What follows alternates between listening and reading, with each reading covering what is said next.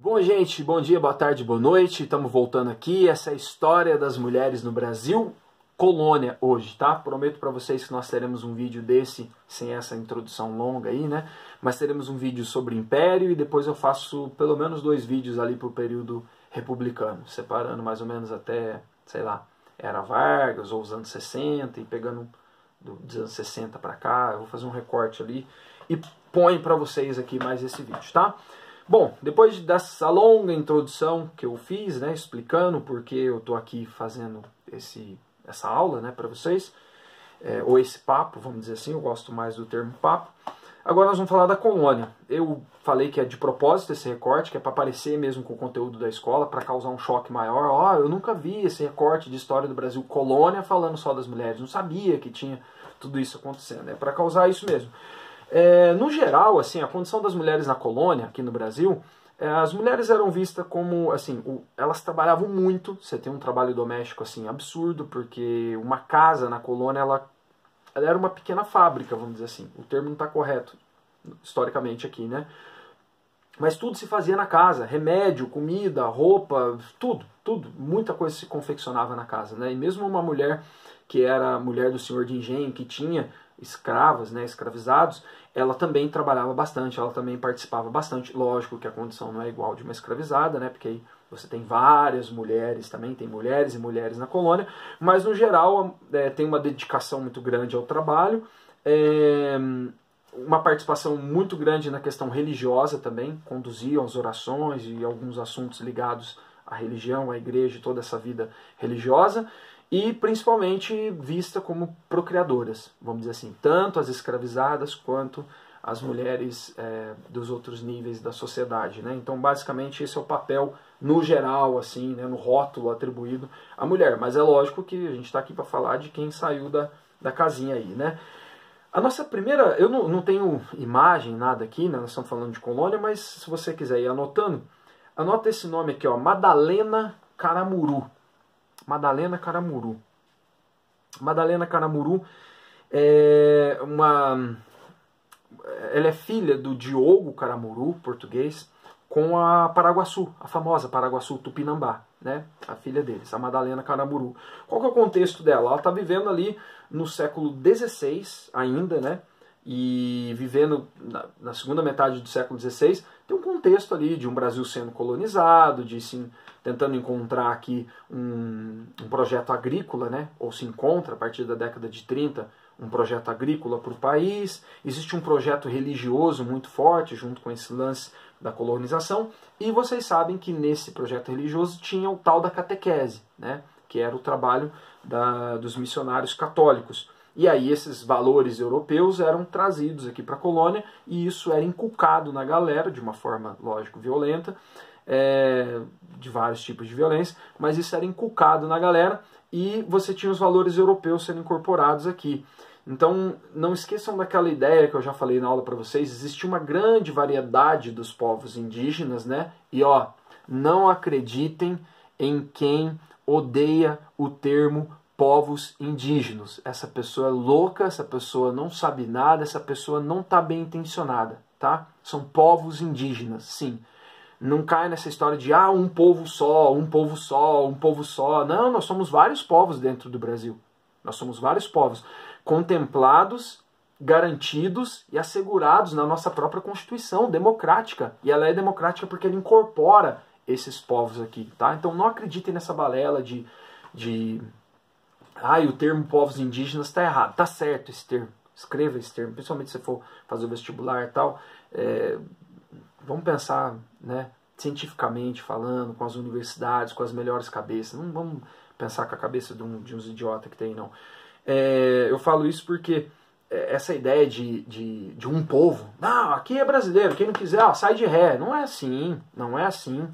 Não, senhor. Essa história de um povo, isso aí já foi ouvido em outros momentos da história, tá? Aqui nós estamos vacinados. Se você pegar lá, por exemplo, a Alemanha nazista, tinha essa ideia lá, Ein Reich, ein Volk, ein Führer, né? Um império, né? Um Reich, um povo, só um povo e um líder, tá? Então essa ideia de, somos um povo só, não cai nessa história aí, não. Existem muitas possibilidades de ser brasileiro, democraticamente falando. voltando. Então você tem uma variedade dos povos indígenas e tal que pré-existiam aqui, e aí vem o português com a padronização. Lembra dessa aula? Essa padronização tem uma ferramenta muito importante ali, que é a catequese, né, para incorporar os valores europeus aqui na colônia. E o que aconteceu?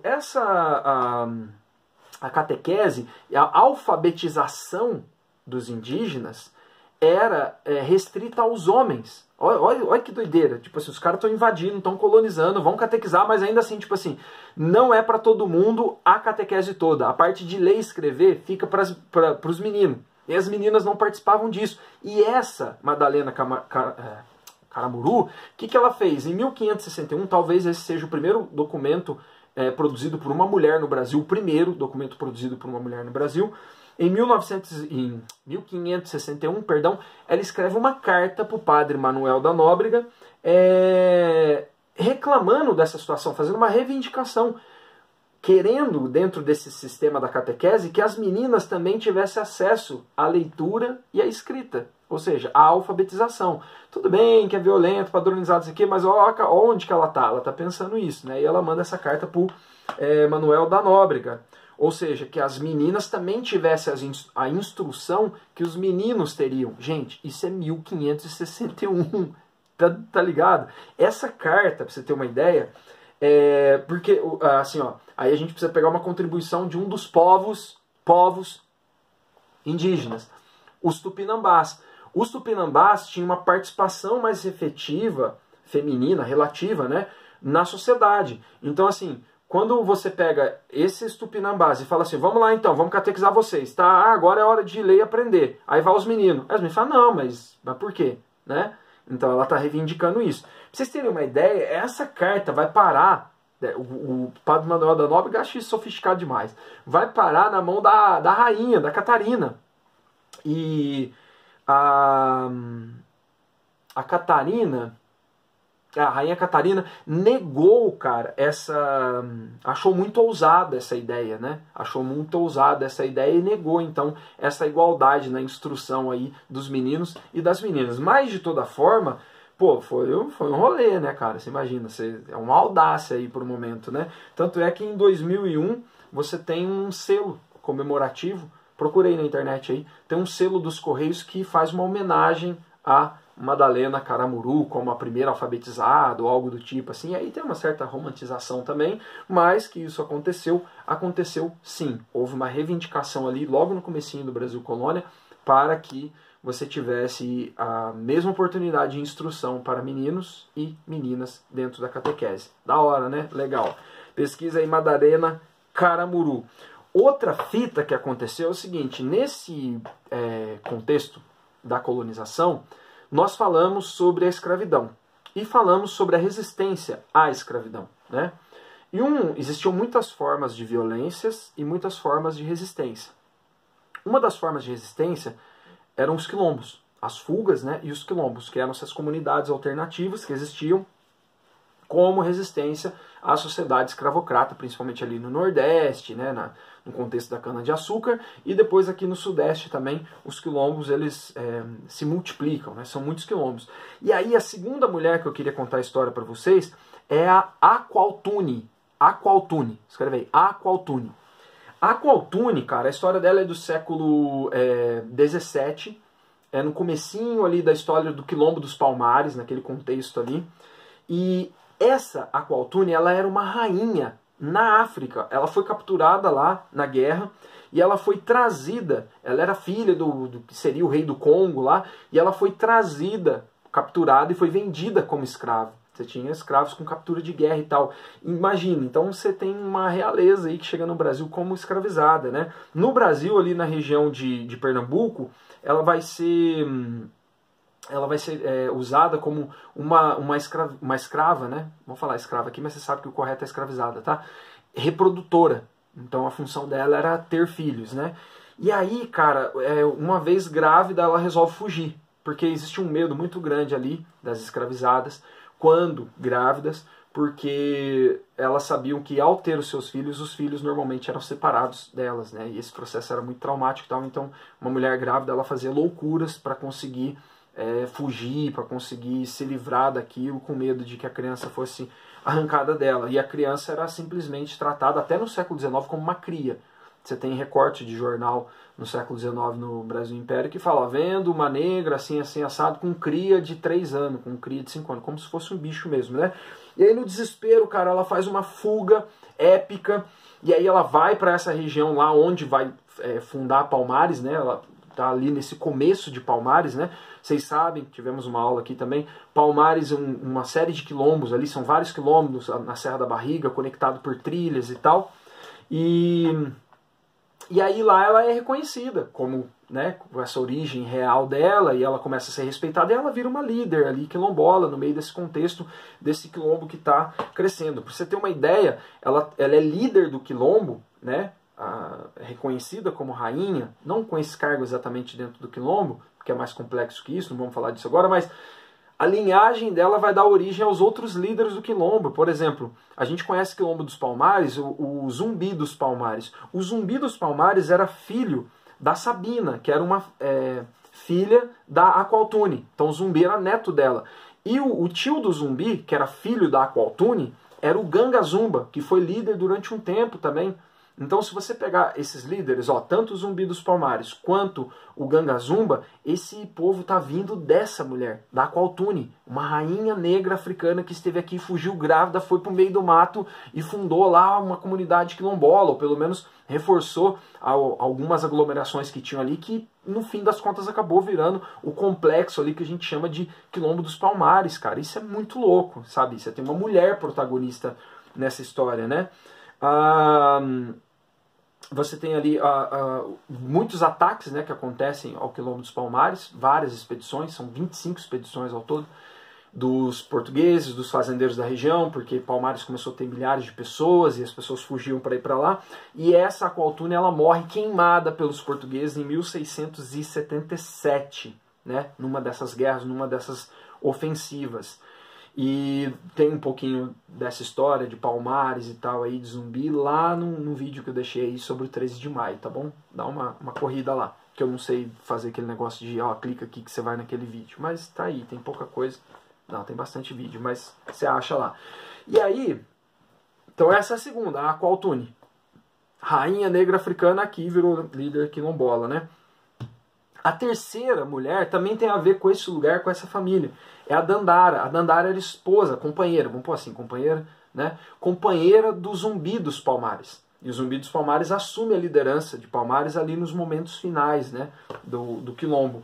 E essa Dandara, cara, ela tá no rolê quando Palmares termina. A gente fala muito de Zumbi, mas, por exemplo, Dandara estava junto, era companheira dele, era guerreira, era capoeirista, ela faz a campanha militar e a resistência junto com o Zumbi, né? Ela é uma liderança ali em Palmares também. A Dandara representa a resistência, assim como o Zumbi, só que nesse caso aqui, olha que legal, resistência negra. Então, tipo assim, o Zumbi resistiu, mas e a companheira dele? Também. Tanto é que você tem um feriado no Rio, se eu não me engano, acho que é 6 de fevereiro, confere aí. Mas acho que é isso. No 6 de fevereiro, no Rio de Janeiro, você tem lá uma data comemorativa, porque é a resistência, né? É o dia da consciência negra feminina, né? É a consciência em homenagem a Dandara, que foi supostamente aí, segundo o que consta, que ela morreu nesse dia, né? Bom, a história ali é bem complicada, porque o Ganga Zumba, que era o tio do Zumbi, ele vai para Pernambuco, faz um acordo com a elite local, de que eles teriam uma trégua, mas aí ele se comprometeu a entregar todas as pessoas que fugissem dali para frente, devolvesse essas pessoas. E aí o Zumbi não aceita isso junto com a Dandara, eles rompem com ele e assumem a liderança. E aí eles vão ser... o que eu acho bonito nessa história? Vamos parar aqui. Zumbi e Dandara não aceitam o acordo que o tio fez e dá um golpe no tio, para falar a verdade, porque o tio foi lá e fez um acordo, ó. A elite nordestina ali, Alagoas e Pernambuco, era uma capitania só, fizeram um acordo, ó, nós não vamos mais encher o saco de Palmares se Palmares parar do jeito que tá e todo mundo que chegar lá fugido agora, vocês devolverem e não aceitarem mais ninguém. Aí eles deram a liberdade para Palmares. Esse foi o acordo feito em 1678. Mas Zumbi não aceita, junto com Dandara, eles não aceitam, porque então Palmares vai ter liberdade se o restante, né, dos escravizados não tiverem. E todo mundo que chegar aqui a gente vai ter que entregar. Então é uma luta bacana, né? Se eles entregassem os outros, né? Então, e aí, cara, os momentos finais é muito louco, porque aí Palmares vai ser atacado. Em um determinado momento ali, tem pouca documentação sobre isso, mas tudo indica que houve uma separação entre o Zumbi e a Dandara, e ela foi cercada, vamos dizer assim, numa região ali, e ela pulou de um penhasco para não ser capturada. Foi assim que ela morreu em 1694, dia 6 de fevereiro. Essa é a terceira figura da nossa história. Já falamos da Madalena Caramuru, falamos da Aqualtune, da rainha negra africana que estava em Palmares também, e aí falamos da Nora, né? É do Neto, né? A mulher do Neto, que é a Dandara, né, cara? A Dandara tá nesse rolê também do Zumbi dos Palmares. Muito louco. Então tem essas três por enquanto. 4, vamos falar de mais resistência aí. Você tem a Teresa de Benguela, cara. Um outro rolê, um outro quilombo também. Você tem no século XVIII, no Vale do Guaporé, em Mato Grosso, no que hoje é Mato Grosso, né? A Rainha Teresa, como era conhecida lá, tinha um quilombo ali que chamava Quariterê, esse quilombo Quariterê, e ela era a líder desse quilombo. Então, assim, se você quiser procurar comunidades matriarcais e tal, você tinha um quilombo no século XVIII, no Brasil, no Mato Grosso, que era liderado por uma negra, uma rainha. E ela era a Rainha Teresa de Benguela. E o lugar ali era conhecido como Quilombo dos Piolhos, tá? Ou Quilombo do Piolho, perdão. E durou 27 anos ali, esse reinado dela e tal. Ela era conhecida como uma rainha muito rígida, mas algumas coisas chamavam atenção. Além de ser muito rígida, ela tinha uma organização de uma espécie de conselho ali, que ajudava ela a organizar e liderar a região.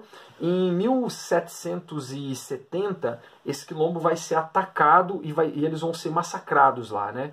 Então, sob a liderança da Teresa de Benguela, o quilombo é atacado. Quando ela é capturada, se recusando a ser capturada e ser derrotada ali nesse contexto, ela comete suicídio como protesto. Então, olha o que eu estou dizendo. Essa é a nossa quarta personagem. Teresa de Benguela foi líder, ou rainha, se você quiser assim, de um quilombo. César, mas como é que pode? É uma naçãozinha aí, dentro do rolê Brasil, né?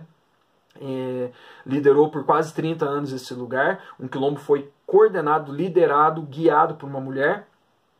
E em 1770 foi atacado, dizimado, e ela se matou como forma de protesto, tá?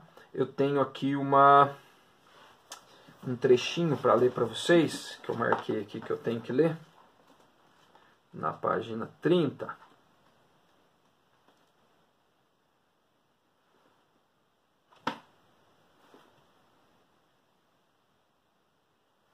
Calma aí, gente, eu tô chegando. Página 30. Por que eu marquei pra ler aqui? Galera, eu me perdi, peraí. Acho que não era isso, não. Depois eu acho. Depois eu vou falar de alguns livros aqui pra vocês. Eu marquei uma citação aqui, mas não tá certo aqui a página que eu referenciei, não. Mas depois a gente resolve isso, tá? Então essa foi quarta, ó. Madalena Caramuru, Aqualtune, Dandara, Teresa de Benguela. 4 situações aí de resistência. Tem uma outra situação que chama muito atenção também, que é a história da Chica da Silva. A história da Chica da Silva, ela viveu ali em Diamantina, né? E no Arraial do Tijuco. E aí, Diamantina tem uma história ali da mineração, com os portugueses, os diamantes e tal. Uma história bem particular, porque o contexto é assim, quando você tem procura de metais e pedras preciosas, quando os portugueses encontram em Diamantina os diamantes, eles não deixam isso na mão de pessoas e tal, para fazer isso. A princípio é a própria coroa portuguesa que faz oficialmente essa exploração, né? E aí tem até uma curiosidade, porque aí os portugueses fazendo isso, eles pegam aquela quantidade imensa de diamante que eles encontraram ali na região e colocam no mercado para vender. E todo mundo sabe que o diamante só é caro porque tem pouco, né? E aí, como eles inundaram o mercado de diamante, o que aconteceu com o preço? caiu, né? O diamante perdeu 75% do seu valor por conta dos portugueses mandando diamante para o mundo inteiro aí. Então, essa administração portuguesa funcionou até 1740, depois de 1740 eles passaram isso aí para os contratadores, né? Aí isso vai para a mão de algumas pessoas que vão explorar e pagar os tributos para a coroa portuguesa. Um desses contratadores era o João Fernandes de Oliveira, que tinha como amante, né, a Chica da Silva, né? Não se sabe ao certo se quando ela estava com ele ela já era alforriada, se ela tinha nascido livre, se ela foi alforriada, mas enfim, o fato é que, estando com ele, como amante dele, ela era uma negra alforriada naquele momento ali. Não se sabe direito a circunstância da alforria dela, mas ela era alforriada. E aí, cara, essa negra, a Chica da Silva, ela era mulher desse cara que era um desembargador, né? Um dos contratadores ali, ou seja, ligado aos negócios de diamante, e esse cara tinha muita grana. E aí ela aproveitou dessa situação, desse lugar que ela estava, e teve uma vida muito luxuosa, muito excêntrica. Ela tinha as suas mocamas, né? As suas escravas que acompanhavam ela, né, cerca de 12 escravas aí sempre acompanhando ela, e ela com joias e roupa e toda aquela ostentação, aquele luxo, né? Tem uma história muito interessante que ela que mostra um pouco dessa parte excêntrica, né? Que ela queria conhecer o mar e ela nunca tinha conhecido o mar, e aí por falta de mar o cara, né, o amante dela aí, o João Fernandes de Oliveira, mandou construir ali um lago, e aí mandou fazer um barco parecido com o que tinha mesmo, assim, as embarcações de mar e tal, e ela ficava ali, ia lá com as mucamas dela, cheia de luxo e tal, e dava um rolê e tal, e diz até que ela tratava mal os escravos e os escravizados dessa sociedade. Tem uma biografia dela legal, da Júnia Furtado, que foi a que mais estudou, a Chica da Silva até hoje, e assim, a Chica da Silva ela tem muitos usos, sabe, que assim, muitas pessoas vão usar ela para dizer assim, ah lá, tá vendo como uma negra mesmo, estando alforriada e tendo riqueza, humilhava e violentava as pessoas e não lutou pelo fim da escravidão, sabe? Você vai ter essa imagem em torno dela, assim, de algumas coisas que ela fez e maltratava, destratava ou violentava as pessoas e tal. Ou seja, como se ela fosse uma mulher negra e ela tivesse a obrigação de ser uma abolicionista e tal, ou de tentar usar a riqueza dela para poder minimizar o sofrimento dos outros escravizados e tal. Por outro lado, você vai achar nela, né, uma leitura de uma figura humana, né, humana, não negra, mas humana. Nossa, não, vocês entenderam o que eu quis dizer, né? Que assim, você quer atribuir, é uma mulher negra. Não, ela era uma mulher. Vamos pôr assim primeiro? Ela era uma mulher que, estando numa posição de luxo, riqueza e poder, aproveitou esse momento e a sua vida como tantas outras aproveitaram, né? Então, o que foi? Ela foi boa? Ela foi ruim? Não, ela foi humana. Só isso, né? Então você tem uma história também de uma mulher negra nessa região, então, na Diamantina, com uma história muito particular, assim, e aí causando nessa sociedade, porque você imagina como é que ficava o resto da sociedade tendo que aturar os exageros, vamos dizer assim, de Chica da Silva, que era uma mulher de muita personalidade. Então você tem aí uma figura humana interessantíssima para ser analisada. Vamos lá que tem mais coisa pra gente falar. Ih, acho que vai dar mais um pedacinho esse vídeo, né? Mas vamos lá. Cara, César, e aí? Mas aí você vai contar a história das mulheres, aí assim, tudo bem, a Chica da Silva agora foi meio polêmica aí, né? Porque você falou que tem uma análise positiva, uma análise negativa dela, uns vão dizer que ela estava só vivendo a oportunidade dela, outros vão dizer que ela não assumiu um compromisso com o grupo dela, enfim. Mas tem gente ruim também. Aí tem gente ruim, cara. Tem uma mulher na história do Brasil colônia que chama, olha o nome, vê se isso não é nome de gente ruim. Ó, Onistarda Maria do Rosário. É um bom nome pra você guardar aí, pra você colocar no teu filho, na tua filha. Onistarda Maria do Rosário.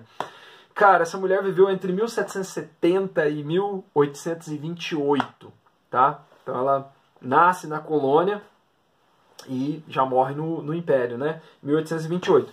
Ela era de São Paulo, mas aí foi para o que hoje é o Paraná, né? No entorno ali de Curitiba e tal. Aí ainda estava junto isso, não estava separado Paraná e Curitiba. Ela casou com o José Félix Passos, um fazendeiro, E ela era, junto com o José Félix Passos, donos, né, de uma fazenda muito forte, muito poderosa, muito forte economicamente, com muitos escravos lá na região, no Paraná, que era a Fazenda Fortaleza, uma fazenda muito documentada e muito falada e tal.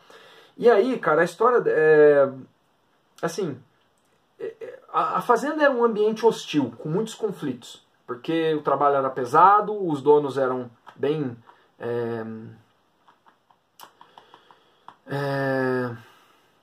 fugiu a palavra, eu não quero falar que eles eram ruins, né? Mas eles eram bem severos com os seus escravizados ali, e uma fazenda que dava muito dinheiro, então a pressão era muito grande, então o ambiente era muito hostil. E a vida dessa mulher foi uma esquisitice, porque quando ela casou, assim, para não ir longe na história, quando ela casou com o José Félix Passos, teve um problemão na lua de mel deles, porque ele, na lua de mel, olha, tem gente que tem uma cabeça assim até hoje. Na lua de mel, quando ele teve relação sexual com ela, quando eles fizeram sexo, ela não sangrou. E logo ele deduziu que se ela não tinha sangrado, portanto ela não era virgem, né?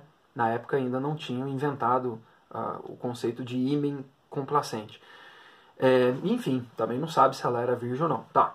Aí o que aconteceu? Esse cara vai acusar e amaldiçoar e querer cancelar o casamento porque assim, ele começa a ofender muito ela, dizer assim, ó, você é uma vagabunda, você não era mais virgem, você me enganou e não sei o que, e assim, eles vão levando esse casamento aos trancos e barrancos, com esse ódio que ele vai nutrindo por ela e ela, né, por sua vez, vai devolver esse ódio pra ele, e aí eles têm uma filha, e aí o que acontece? O cara que casou com a mulher e acha que ela não é virgem, a hora que ela aparece grávida, o que ele fala? O filho não é meu, e aí ele teve essa filha, muito desconfiado também que a filha não fosse dele. Então o casamento dela foi uma tragédia e diz que ela, assim, o que acontece é que ela devolve todo esse ódio que ela sofre do marido também para a vida e principalmente para os escravos. Aí é muito pesado, porque é mais fácil ela devolver para os escravos até, né?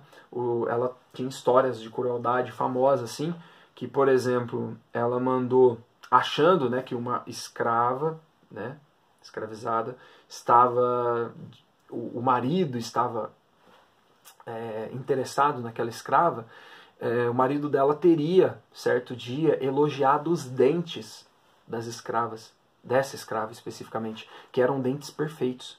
Aliás, na dentição dos escravos você tinha uma beleza mesmo, assim, normalmente. E aí, cara, o que ela fez? Depois que o marido fez esse elogio, ela ficou tão, assim, fora de si, que ela mandou arrancar todos os dentes dessa negra e mandar entregar pro marido numa bandeja.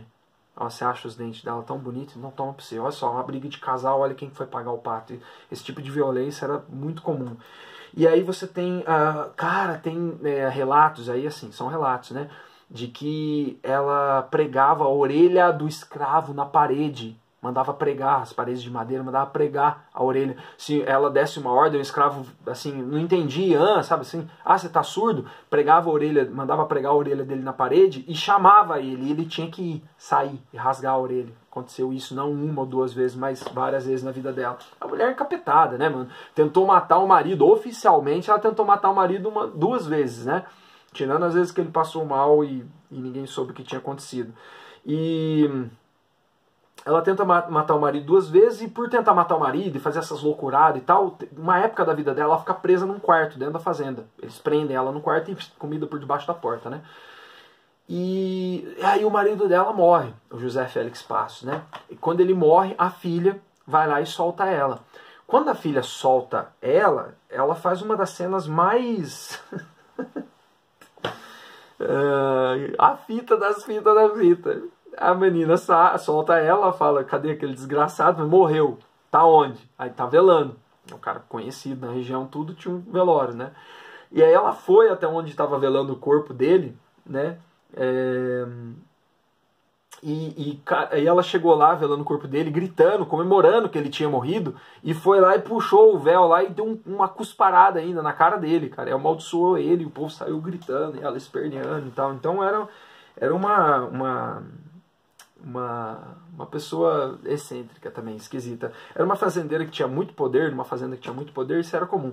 E assim, não só ela, mas por exemplo, só para citar outra aqui, a Ana Jansen, lá no Maranhão, cara, tem uma lenda muito forte lá até hoje de que de madrugada essa Ana Jansen, ela vem numa carruagem assim, com uns escravos puxando a carruagem sem cabeça e tal.